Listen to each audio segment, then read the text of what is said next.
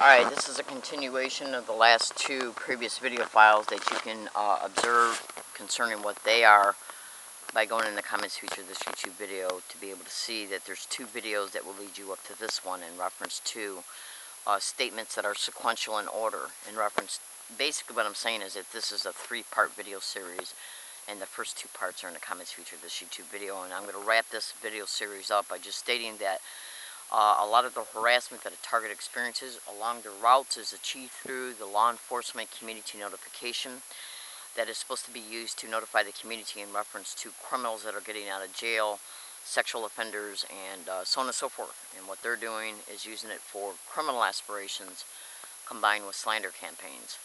And to see how effective slander is achieved in reference to see how effective slander is used in these expeditions, go to YouTube and type in, listen to a stranger, okay?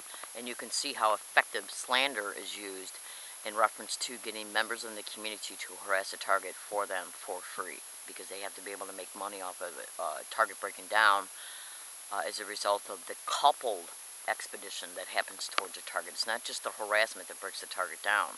It's also the extreme brutality that is perpetrated towards a target along the routes. I've already mentioned in the last video about how I was brutally assaulted on an MTS bus. That was a setup assault.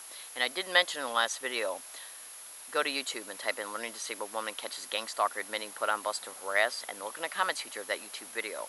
What the three teenagers were admitting to on that video you're witnessing is what I described in a separate YouTube video that's in the comments feature of that YouTube video 2 months prior to me catching those three teenagers admitting they were put on a bus route to harass me in ways that I was already describing in the video that's in the comments feature of that video. And it was the same bus route I was assaulted on. My name is Leslie Williams. I'm in San Diego, California.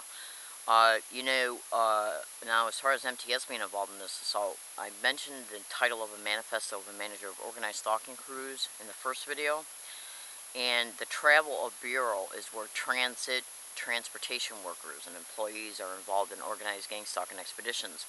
Now, as far as the brain entrainment for human trafficking and the classical conditioning concerning brain entrainment, you can go to YouTube and type in learning disabled woman discusses brain entrainment, and trust me, you'll find them.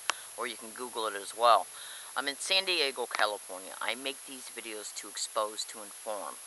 Now, in closing, I'm going to state this. The people that they get to harass a target are being remotely, neurally sensed. That's the way John Hall describes it. Basically, what's happening to them as well is that when they get individuals in the community to harass a target for them, they're being remotely neurally monitored too, which means their brains are literally being neurally mapped with remote neural monitoring by individuals that are walking behind them or in the area that they're in, okay, in order to be able to brain map and through remote neural sensing technology, which is remote neural monitoring, in order to be able to brain map their brains as they are engaging in these harassment activities, because physical gestures and language is involved in what they're directed to do. And those are specific areas of the brain that control language and motor cortex associated behaviors of moving your arms, your hands, and your legs and your feet to get up and go. And if you thoroughly investigate remote neural monitoring, you'll clearly be able to see, and the remote behavioral influencing technology, you'll clearly be able to see that it's not just the individuals that are being harassed that are being remotely neurally monitored. I also have a printout in my backpack right now that shows a Cynthia McKinney talking about the real aspiration, one of the main aspirations of these organized gang stalking expeditions is to choreograph the people they get to harass. So when I'm on a university campus and a student is harassing me based on how they're directed to do so by administrative staff and by individuals that are directly connected to these criminal syndicates, I want you to know that your students, your son and your daughter, are being remotely neurally monitored for future exploitation. I'm in San Diego, California. My name is Leslie Williams. I am literally risking my life exposing this crime. And I do it humbly, and I do it gratefully. And when I mean gratefully is because I have, right now, the resources to make these videos. And I was tortured for 6 full months, camping 150 feet right next door to the San Diego FBI building. Do you really think the federal government wants that to be exposed? No.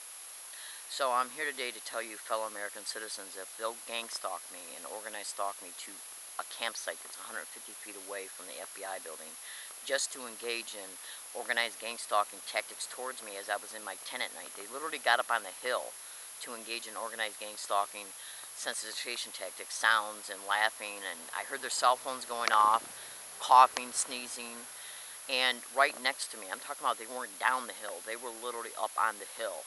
If they would go through all that and go to those lengths to make me feel harassed 150 feet next door to the FBI building, do you honestly believe, which is directly, these expeditions are directly connected to torture, okay?